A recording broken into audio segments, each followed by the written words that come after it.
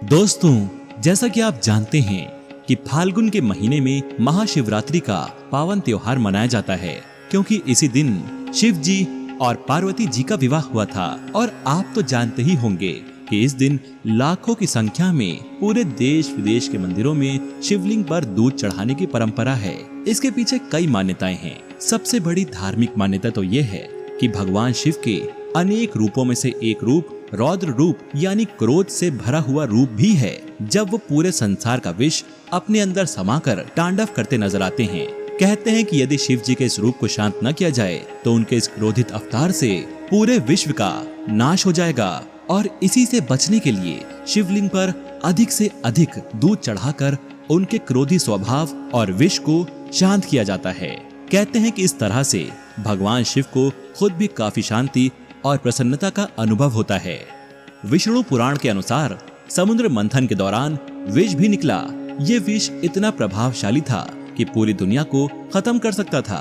देवताओं को बहुत चिंता हुई कि जल्द से जल्द इस खतरनाक विष का क्या किया जाए, तो वो सब शिव जी से विनती करने लगे। उनकी प्रार्थना सुनकर शिव जी ने उस विष को तुरंत पी लिया, जिससे विश्व का विनाश होने से बच गया। पर इसे पीते ही भगवान शिव का पूरा शरीर आग की भांति जलने लगा।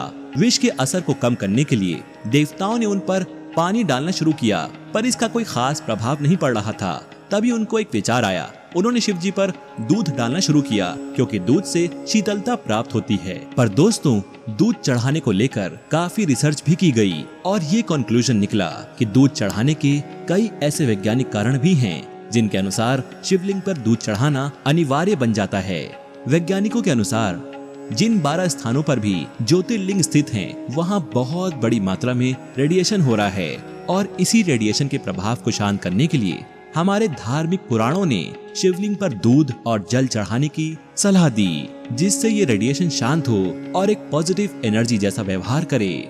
यही कारण है कि शिवलिंग से निकलकर बहते दूध या जल को लांघना मना होता है, क्योंकि इस दूध और जल में रेडिएशन के नेगेटिव प्रभाव घुल जाते हैं, जिनके लांघने से घातक प्रभाव पड़ सकते हैं। पर सबसे चमत्कारी बात तो ये है कि यही दूध या पानी जब नदियों, तालाबों या कुओं में जाकर उनके जल से मिलता है, तो ये एक प्रकार की ऐसी औषधि बनता है कि उस जल को पीने या उससे स्नान आदि करने से बड़ी बीमारियां, यहाँ तक कि कैंसर जैसे असाध्य रोग भी ठीक हो जाते हैं। दोस्तों, सावन के महीने में शिवलिंग पर अधिक से अधिक दूध चढ़ाने का वैज्ञानिक कारण ये है कि इस माह में बारिश के कारण कीड़े मकोड़े और बैक्टीरिया बहुत पनपते हैं, और ये कीड़े मकोड़े घास या पानी में बड़ी संख्या में अपना घर बना लेते हैं। और इसी घास या पानी को जब पशु पक्षी खाते पीते हैं, तो ये कीड़े मकोड़े इनके शरीर में पहुंचकर उन्हें बीमार कर देते हैं, या उन पशु पक्षियों की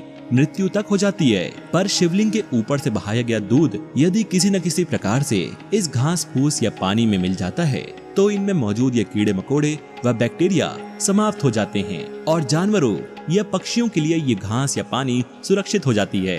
दोस्तों, सावन माह में दूध चढ़ाने का एक मेडिकल कॉज भी है। इस माह में दूध देने वाले पशु ज्यादा से ज्यादा घास चरते हैं। कभी कभी उन घासों के साथ वो कुछ विषैली घास या पौधे भी खा जाते हैं। इस विषैली घास का असर उन पशुओं पर तो कोई खास नहीं पड़ता, पर यदि हम उनके दूध का इस्तेमाल करते हैं तो ये दूध हमारे लिए जहरीला हो सकता है या हमारी सेहत के लिए काफी हानिकारक हो सकता है। इसलिए हमारी पौराणिक मान्यता ये है कि सावन के महीने में घर में पले पशुओं के दूध को इस्तेमाल करने के बजाय शिवलिंग पर चढ़ा दिया जाए, जिससे हमें पुण्य तो मिलेगा ही, साथ ही हम इस दूध से होने वाले नुकसान से भी बच जाएंगे। मित्रजनों, जन कल्याण हेतु हो रहे पुण्य कार्यों में व समस्त मानव जाति को स्वस्थ रखने की दिशा में हम योग संस्थान को सहयोग देने के लिए आप इस वीडियो को शेयर जरूर करें। राधे राधे।